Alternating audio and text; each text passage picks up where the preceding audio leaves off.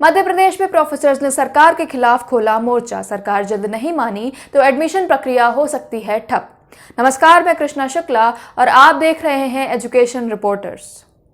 मध्य प्रदेश उच्च शिक्षा विभाग के अंतर्गत आने वाले सरकारी व निजी कॉलेजों में 1 अगस्त से ऑनलाइन एडमिशन प्रक्रिया शुरू हो गई है। इसके अगले ही दिन सोमवार को सरकारी कॉलेजों के प्रोफेसर्स ने एरियर्स की बची राशि का भुगतान नहीं होने के कारण राज्य सरकार के खिलाफ मोर्चा खोल दिया है। प्रांतीय शासकीय महाविद्यालयीन प्राध्यापक संघ के बैनर तले सोमवार को राजधानी भोपाल, इंदौर, ग्वालियर, जबलपुर समेत प्रदेश भर के सरकारी कॉलेजों में काला मास्क पहनकर काम पर पहुंचे और काली पट्टी बांधकर विरोध दर्ज करवाया। आंदोलन शुरू करने से पहले प्राध्यापक संघ द्वारा मुख्य सचिव सहित अन्य आला अधिकारियों को भी सूचना भेज दी गई थी। एडमिशन प्रक्रिया के कारण छात्र हित को देखते हुए प्रोफेसर्स द्वारा अभी सांकेतिक रूप से विरोध दर्ज करवाया जा रहा है, लेकिन सरकार जल्द ही इनकी मांगे नहीं मानती है तो भविष्य में इसका असर उच्च शिक्षा विभाग के अंतर्गत चलने वाले एडमिशन प्रक्रिया पर पड़ सकता है। दरअसल सत्र 2021-22 के अंतर्गत मध्य प्रदेश में NCTE से मान्यता प्राप्त 760 कॉलेजों और 1264 सरकारी व निजी कॉलेजों की एडमिशन प्रक्रिया में प्रोफेसर्स मुख्य भूमिका में रहते हैं। आपको बता दें कि राज्य शासन द्वारा प्रोफेसर्स को लंबे समय से 7वें वेतनमान के एरियर्स की शेष राशि का भुगतान नहीं किया जा रहा है, इसलिए उनमें आक्रोश है और सांकेतिक रूप से वे विरोध दर्ज करवा रहे हैं। उनका कहना है कि जल्द भुगतान होना चाहिए। इसके अलावा महंगाई भत्ते, गृह भाड़ा भत्ते की मांग को लेकर भी वे आंदोलनरत हैं। प्रांतीय शासकीय महाविद्यालयीन प्राध्यापक संघ के बैनर तले प्रोफेसर्स 14 अगस्त तक काला मास्क लगाकर और काली पट्टी बांधकर कार्य करेंगे। पोस्ट कार्ड लिखकर, ज्ञापन सौंपकर और जनप्रतिनिधियों के माध्यम से मुख्यमंत्री तक संघ की मांग पहुंचाने की कोशिश की जाएगी। 16 से 25 अगस्त तक कॉलेजों में गेट मीटिंग कर पोस्टर प्रदर्शन व स्लोगन के माध्यम से सांकेतिक प्रदर्शन किया जाएगा। इसके बाद आंदोलन को तेज किया जाएगा। इसके अंतर्गत कॉलेजेस में सभी कार्य बंद किए जा सकते हैं। इसका सीधा असर एडमिशन प्रक्रिया पर पड़ेगा।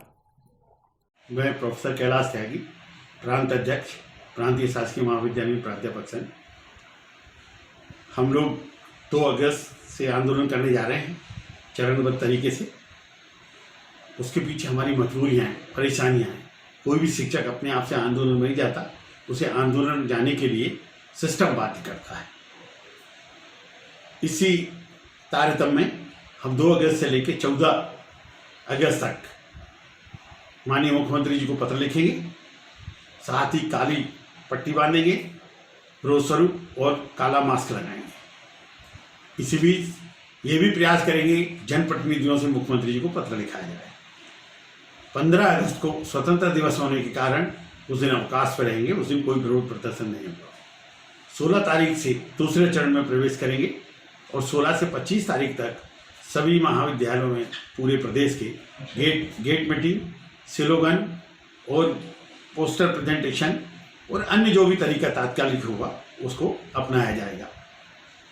इस समय जो हमारे संयुक्त मोर्चे के कर्मचारी आंदोलन कर रहे हैं, हम भी उनका एक हिस्सा हैं, हम भी उनके साथ हैं, वो अच्छा कर रहे हैं। हम केवल आंदोलन का स्वरूप हमने बदला है। उसका कारण है कि 2 साल से महाविद्यालय बंद थे और हमारी जो लड़ाई सिस्टम से, हमारी लड़ाई छात्रों से नहीं, इसलिए हम अपने कार्य के साथ साथ विरोध प्रदर्शन करते रहेंगे। और जब तक सरकार हमारी मांगें पूरी नहीं करती, हमारी जो मुख्य मांग है, हमारा यूजीसी का एरियर भुगतान किया जाए, हमारी दोनों वेतन वृद्धि जोड़ी जाए और उनका एरियर दिया जाए और HRA हमारा बढ़ाया जाए और DA हमारा केंद्र के समान होना चाहिए। जब तक ये नहीं होगा तब तक हम आंदोलन पर रहेंगे और दूसरे चरण के बाद अगर सरकार तब तक भी नहीं मानती तो 27 तारीख को एक बैठक करेंगे पूरे प्रदेश स्तर पे और आगे का कठिन डगर शुरू होगी और बड़ा निर्णय लिया जाएगा। अगर ये स्थिति बनती है तो इसके लिए पुलिस सरकार जिम्मेदार है, इसमें हमारे प्राध्यापक संघ की कोई दोष नहीं है। Thank you.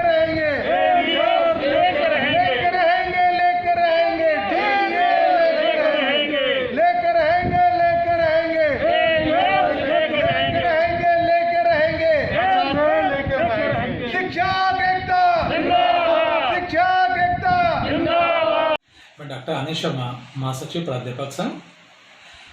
2 अगस्त से प्रांतीय शासकीय महाविद्यालय प्राध्यापक संघ अपने क्रमबद्ध आंदोलन प्रारंभ करने जा रहा है। हमारी प्रमुख मांगें गृह भाड़ा भत्ता, महंगाई भत्ता और हमारे 7वें यूजीसी वेतनमान का एरियर है। बड़ी विचित्र स्थिति है, पूरे प्रदेश के अंदर हर कर्मचारी को उसका एरियर की पूरी 100% राशि शासन ने अपने पास से भुगतान कर दी। हम लोगों को एरियर की जो राशि यूजीसी से आती केवल वही हमें हिस्सा मिला। राज्य सरकार ने अपने कोच से हमको 1 पैसा भी नहीं दिया। और इतना ही नहीं, हम लोगों के बीच में भी जो सेवानिवृत्त साथी हमारे, उनको एरियर का 100% पैसा दिया जा चुका है। तो ऐसी भिन्नता पहली बार देखने को मिल रही है। इसके विरोध में हम सभी शिक्षक काली पट्टी लगाकर और मास्क लगाकर हड़ताल पर हैं। माननीय मुख्यमंत्री जी को भी हम लेटर लिखेंगे, लगातार पत्र लिखने, पूरे प्रदेश से उनको निरंतर पत्र जाएंगे। दिनांक 2 से 14 तक हमारा ये चरण रहेगा। उसके बाद आगे अलग अलग विभिन्न चरणों से हम लोग अपना सांकेतिक विरोध प्रदर्शन प्रदर्शित करेंगे। 15 तारीख को, क्योंकि स्वतंत्रता दिवस है, इसलिए हमने अपना आंदोलन का जो द्वितीय चरण है वो 26 तारीख तक है। 27 को फिर से संघ की बैठक होगी। पूरे प्रदेश भर से फीडबैक प्राप्त करने के पश्चात आंदोलन आगे तीव्र किया जाएगा। शिक्षकों के अंदर बहुत रोष है। अभी तक संघ का प्रयास ही रहा है कि कोविड के 2 वर्ष पश्चात छात्रों का एकेडमिक सेशन शुरू हो रहा है, प्रवेश प्रक्रिया या एकेडमिक सेशन बाधित ना हो। मगर सरकार इसके अगर यदि हमें विवश करेगी तो फिर छात्रों की प्रवेश प्रक्रिया भी बाधित हो सकती है। इसकी जिम्मेदार सरकार स्वयं होगी, शिक्षक इसके लिए उत्तरदायी नहीं होंगे। अग्रणी महाविद्यालय मोतीलाल विज्ञान महाविद्यालय में प्राध्यापक हूँ।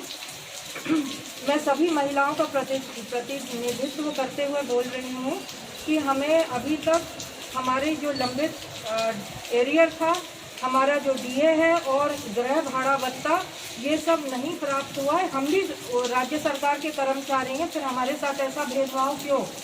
प्राध्यापकों का शासकीय कॉलेजों के पूरे एंट्री का ये उसकी भोपाल इकाई और ये एनबीएम जो कॉलेज है, यहीं से हमारे अध्यक्ष सचिव हैं। तो ये इस प्रकार से देखा जाए, ये मध्य प्रदेश की सबसे प्रमुख इकाई है। जो हमारी डिमांड है वो हमारे सबसे पहले यूजीसी को एरियर्स को लेके, जो कि अभी तक 50% अटका हुआ है। उल्लेखनीय ये है कि मध्य प्रदेश शासन के जितने अधिकारी गणों, कर्मचारी गण, सबको एरियर्स मिल चुका है। केवल शासकीय कॉलेज के प्राध्यापकों को अभी तक एरियर्स का भुगतान नहीं हुआ है। इसके अलावा जो बढ़ती हुई डीए की दर है वो किसी को दी नहीं दी गई, वो तो कॉमन है। लेकिन जो सबसे बड़ी उलझन की बात है कि हमारा एरियर्स अभी तक दिया नहीं गया, जबकि सबको एरियर्स का भुगतान हो चुका है। संघ के प्रांताध्यक्ष प्रोफेसर कैलाश त्यागी ने कहा कि एरियर्स की राशि, महंगाई भत्ता एवं गृह भाड़ा भत्ता नहीं मिलने के कारण प्राध्यापकों में आक्रोश है। इसलिए विरोध स्वरूप प्रदेशव्यापी सांकेतिक आंदोलन शुरू किया गया है। प्राध्यापक संघ के महासचिव डॉक्टर आनंद शर्मा का कहना है कि प्राध्यापकों का यह आंदोलन चरणबद्ध तरीके से चलेगा। इस बीच सरकार संघ की मांगे नहीं मानती है तो आंदोलन का बड़ा स्वरूप दिया जाएगा। इसके कारण एडमिशन प्रक्रिया बाधित हो सकती है, तो इसकी जिम्मेदारी सरकार की होगी। संघ ने सांकेतिक रूप से चरणबद्ध आंदोलन को शुरू करने के पीछे का कारण सरकार को 25 अगस्त तक का समय देना बताया है। इसके बाद संघ आंदोलन को तेज करने की रणनीति तैयार करेगा। प्रोफेसर्स कहते हैं कि आंदोलन को आगे बढ़ने से एडमिशन प्रक्रिया पर असर पड़ सकता है, तो राज्य सरकार इसके लिए जिम्मेदार मानी जाएगी। प्राध्यापक संघ हमेशा छात्र हितों को ध्यान में रखकर निर्णय लेता आया है, इसलिए वर्तमान में भी चल रही प्रवेश प्रक्रिया को देखते हुए चरणबद्ध आंदोलन किया जा रहा है। इस दौरान सरकार को मांगे मानते हुए एरियर्स का भुगतान जल्द कर देना चाहिए। आपको ये बात जानकर भी हैरानी होगी कि मध्य प्रदेश सरकार को केंद्र सरकार की तरफ से उसके हिस्से की आधी राशि मिल चुकी है, लेकिन मध्य प्रदेश सरकार अपने हिस्से की 50% राशि का भुगतान नहीं कर रही है। प्राध्यापक बताते हैं कि राज्य सरकार हमेशा से भेदभाव करती आ रही है, इसलिए उन्हें न्यायालय की शरण में जाना पड़ता है। राज्य सरकार एरियर्स का भुगतान करने में रुचि नहीं ले रही है, इसलिए हाई कोर्ट में जनवरी 2020 में अपील कर ब्याज सहित एरियर्स के भुगतान की मांग की गई है।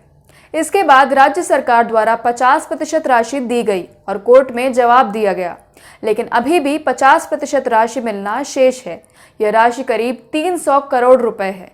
संघ के प्रांताध्यक्ष प्रोफेसर कैलाश त्यागी और महासचिव डॉक्टर आनंद शर्मा सोमवार को उच्च शिक्षा मंत्री डॉक्टर मोहन यादव से मिले और उन्हें आंदोलन जानकारी देने के साथ प्रोफेसर्स की समस्याएं भी बताईं। इसके लिए उच्च शिक्षा मंत्री को ज्ञापन भी सौंपा गया और जल्द ही इनका निवारण की मांग उठाई गई। आइए जानते हैं ये समस्याएं क्या हैं। नवनियुक्त असिस्टेंट प्रोफेसर की परिवीक्षा अवधि विश्वविद्यालय अनुदान आयोग के नियमानुसार 1 वर्ष में समाप्त नहीं की जा रही है, न ही उन्हें पीएचडी की प्रोत्साहन वेतन वृद्धि दी जा रही है। वर्ष 2005 एवं 2006 में नियुक्ति बैकलॉग असिस्टेंट प्रोफेसर सहित अन्य पात्र असिस्टेंट प्रोफेसर्स के ग्रेड पे परिवर्तन पर वेतन वृद्धि तथा एसोसिएट प्रोफेसर पद नाम प्रदान नहीं किए जा रहे हैं। विभाग में कार्यरत प्रोफेसर्स को यूजीसी के प्रावधानों के अनुसार एकेडमिक ग्रेड पे 10,000 प्रदान नहीं किया जा रहा है। इससे संबंधित याचिकाओं के निराकरण के लिए विभाग द्वारा कोई पहल नहीं की जा रही है। भर्ती नियमों में यूजीसी रेगुलेशन 2018 के अनुसार आवश्यक संशोधन 6 माह की अवधि में किए जाने थे, लेकिन 2 वर्ष से अधिक समय निकल जाने के बाद भी विभाग द्वारा पुराने भर्ती नियमों में बदलाव नहीं किया जा रहा है। इस कारण स्पोर्ट्स ऑफिसर, लाइब्रेरियन व अन्य पात्र शिक्षकों को यूजीसी द्वारा दिए गए करियर प्रोन्नति का लाभ नहीं मिल पा रहा है। अंडर ग्रेजुएशन व पोस्ट ग्रेजुएशन कॉलेज के प्राचार्यों को 7वें यूजीसी वेतनमान के अनुसार वेतन मिल रहा है, लेकिन भत्ता 6वें वेतनमान के अनुसार दिया जा रहा है। उच्च शिक्षा विभाग द्वारा जारी आदेशों में रिटायर्ड प्रोफेसर्स के संबंध में कोई आदेश जारी नहीं किए जाते हैं, जिससे 6वें और 7वें वेतनमान के अनुसार पेंशन के लिए रिटायर्ड शिक्षक परेशान हो रहे हैं। हमारे सरकारी सिस्टम को ये बात समझनी चाहिए कि शिक्षकों का समाज में बहुत ही महत्वपूर्ण स्थान है। उन्हें आने वाले कल का निर्माता माना जाता है। शिक्षक हमारे मन में सीखने की ललक पैदा करते हैं, हमें ज्ञान प्रदान करते हैं। भारतीय संस्कृति समेत विश्व की कई अन्य संस्कृतियों में शिक्षकों को ईश्वर के बराबर का दर्जा या उससे बड़ा स्थान दिया गया है। यही कारण है कि शिक्षक के पद को गौरवपूर्ण स्थान माना जाता है। भले ही एक शिक्षक को अन्य बड़े कर्मियों की तरह कई महत्वपूर्ण सुविधाएं नहीं दी जाती हो, फिर भी सम्मान के मामले में ये पद दूसरे पदों से कहीं बड़ा है। इसके बाद भी सरकार उन्हें आंदोलन करने के लिए मजबूर करती है। इसी कारण से प्राध्यापकों ने आंदोलन शुरू कर दिया है। यदि हर एक शिक्षक को उनके अधिकार समय पर मिलते रहेंगे तो उन्हें आंदोलन करने की जरूरत नहीं पड़ेगी। वे अपनी ऊर्जा का सही इस्तेमाल अध्ययन व अध्ययन कार्यों में कर सकेंगे। शिक्षकों की ऊर्जा का सही उपयोग हो सकेगा। इसके लिए जरूरी है कि उन्हें अधिकार समय पर बिना भेदभाव के दिए जाएं। शिक्षा और रोजगार संबंधी सभी अपडेट्स को पाने के लिए हमारे साथ बने रहें और हमारा चैनल शेयर और सब्सक्राइब करना न भूलें। धन्यवाद।